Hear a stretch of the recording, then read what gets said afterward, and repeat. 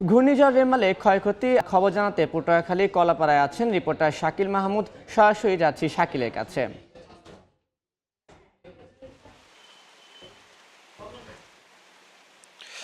দেখুন, উপকূলীয় এলাকাগুলোতে ঘূর্ণিঝড় রেমালের তাণ্ডব প্রায় শেষ হলেও তার যে তাণ্ডবে যে ক্ষতবিক্ষত হয়েছে উপকূলীয় এলাকাগুলো, তার যে ভোগান্তি, সেই ভোগান্তি কিন্তু এখনও শেষ হয়নি। উপকূলের বাসিন্দারা কিন্তু প্রতিনিয়তই এই দুর্ভোগের কারণে কিন্তু তারা যে কষ্ট জীবনযাপনে সেটা কিন্তু তারা করছে, এবং এই উপকূলীয় এলাকাগুলোতে কিন্তু বাঁধ ক্ষতিগ্রস্ত হয়ে জোয়ারের যে পানি সেটা প্রবেশ করায় উপকূলীয় এলাকাগুলোর বেশিরভাগ মানুষেরই কিন্তু ঘরবাড়ি তলিয়ে গেছে পানিতে, এবং জমি ফসলি যে জমি আছে এবং তার সাথে যে মাছের ঘের সেগুলো কিন্তু ক্ষতিগ্রস্ত হয়েছে। পাশাপাশি যে গাছ বিভিন্ন বড় বড় গাছগুলো কিন্তু রাস্তাঘাটে পড়েছে, এমনকি ঘরবাড়ির উপর পড়েছে, এবং সেই গাছগুলো যাতে দ্রুত, যেহেতু ঘূর্ণিঝড় প্রায়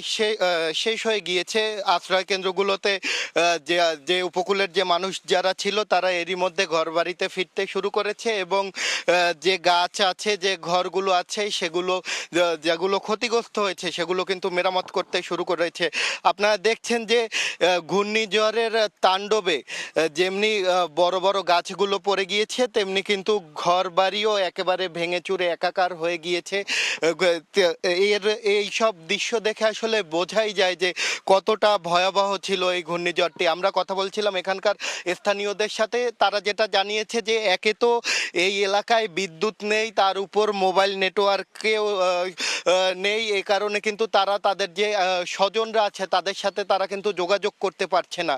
কে কোন অবস্থায় আছে তাও কিন্তু তারা এখনো জানে না বলে জানিয়েছেন, এবং এই মোবাইল নেটওয়ার্ক না থাকার কারণে প্রতি মুহূর্তেই কিন্তু নানা ধরনের সমস্যায় পড়তে হচ্ছে। আমরা কথা বলেছিলাম এই পটুয়াখালীর জেলা প্রশাসকের সাথে, উনি যেটা আমাদেরকে জানিয়েছে এখন পর্যন্ত পটুয়াখালীতে এই জলাবদ্ধতার কারণে প্রায় 69 কোটি টাকার ফসলি জমির ক্ষতি হয়েছে পটুয়াখালী জেলায়। এছাড়া 13 কোটি টাকার যে মাছের যে ঘেরগুলো ছিল বা যারা মাছ চাষ করতো সেই সব পুকুরগুলো তলিয়ে যাওয়ায় প্রায় 13 কোটি টাকার ক্ষতি হয়েছে। এছাড়া এখন পর্যন্ত যে ঘরবাড়ির যে ক্ষতি হয়েছে সেগুলো কিন্তু নিরূপণ চলছে। আমরা কথা বলছিলাম বরিশাল বিভাগীয় কমিশনারের সাথে, উনি যেটা জানিয়েছে যে বরিশাল বিভাগে প্রায় কয়েকশো কোটি টাকার ক্ষতি হয়েছে। এছাড়া পানি উন্নয়ন বোর্ড বলেছে যে 96 কিলোমিটার যে বিপজ্জনক যে বাঁধ ছিল তার মধ্যে 60টি পয়েন্টে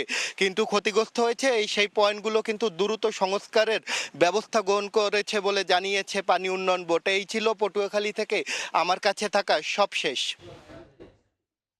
এতক্ষণ সরাসরি যুক্ত ছিলাম পটুয়াখালীতে।